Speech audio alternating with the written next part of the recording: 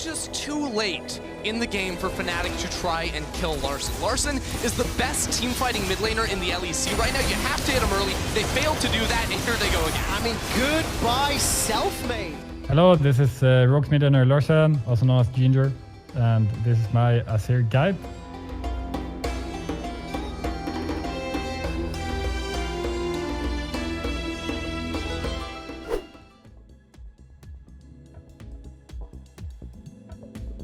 I mean, it was fun to play him. I mean, now it's not fun, but it was fun to play him because he was very broken. He was like really good early game, really good mid game, really good late game.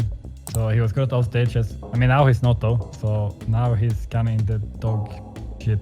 I like to play him because he was strong at everything. And I mean, he was kind of, I mean, everyone was playing him a lot. I mean, all over the world, he was played a lot when he was strong, right? So it's not only me.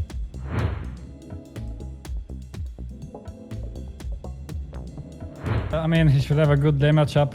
Good picking if you need some late game carry, like some consistent damage. If you don't have like much damage, maybe you have like a Varus lethality or like some tanky champ top side and need some damage, then it can be good to pick him. Also, it's good. It's important to get good matchup. Probably Orianna is a pretty good matchup.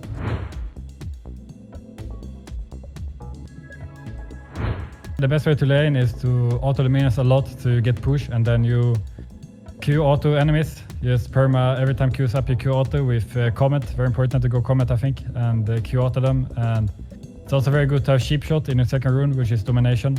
So when you Q auto, you get extra damage. It's very broken and quite important, I think. So it's important to keep autoing, and usually after first base. Before first base, you're very weak, like first part of laning phase. But after you get one base off, you can actually start abusing the enemy, usually, with like Comet, Sheep Shot, and you get some AP under your belt.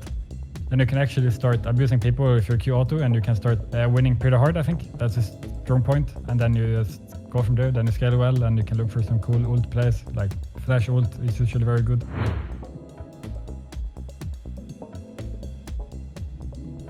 I mean, you can always look for a gank threat. I mean, probably in low elo it's especially easy because enemies will just die to your ult. Like you can get your jungler to come there and just ult them and they will probably die.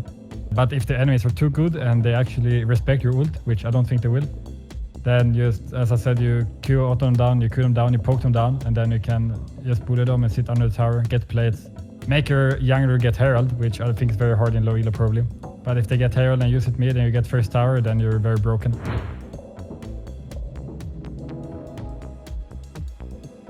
They buffed the mana on Q.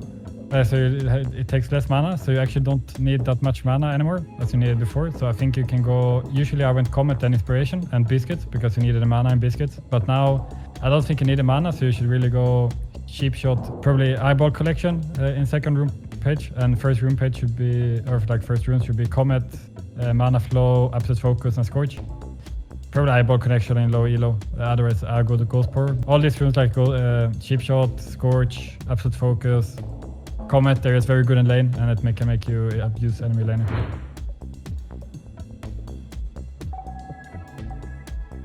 Ludens is very OP on Azir, because when you auto, every auto makes the cooldown of Ludens go down, so it's actually very broken on him.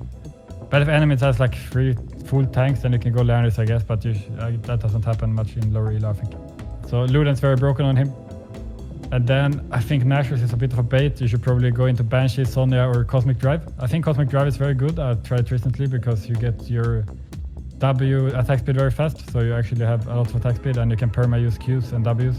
So if you don't want Banshee or Sonya, I think you should go Cosmic Drive into Death Cap and then into both stuff usually.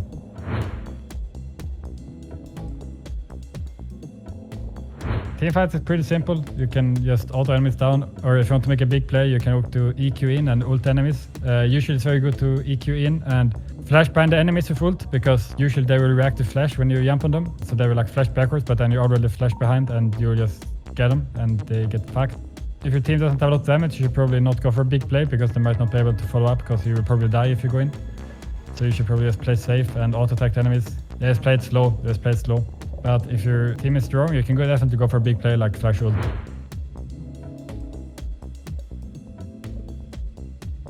Yeah, my style is very much to abuse laning phase after first base with my rune setup, and I think that's the way to snowball him, because he already scaled very well, so you just need to get a good early game.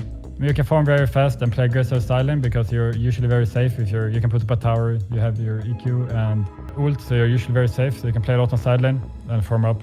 Thanks for watching. For more gaming related content, subscribe to the Esports YouTube channel to stay up to date.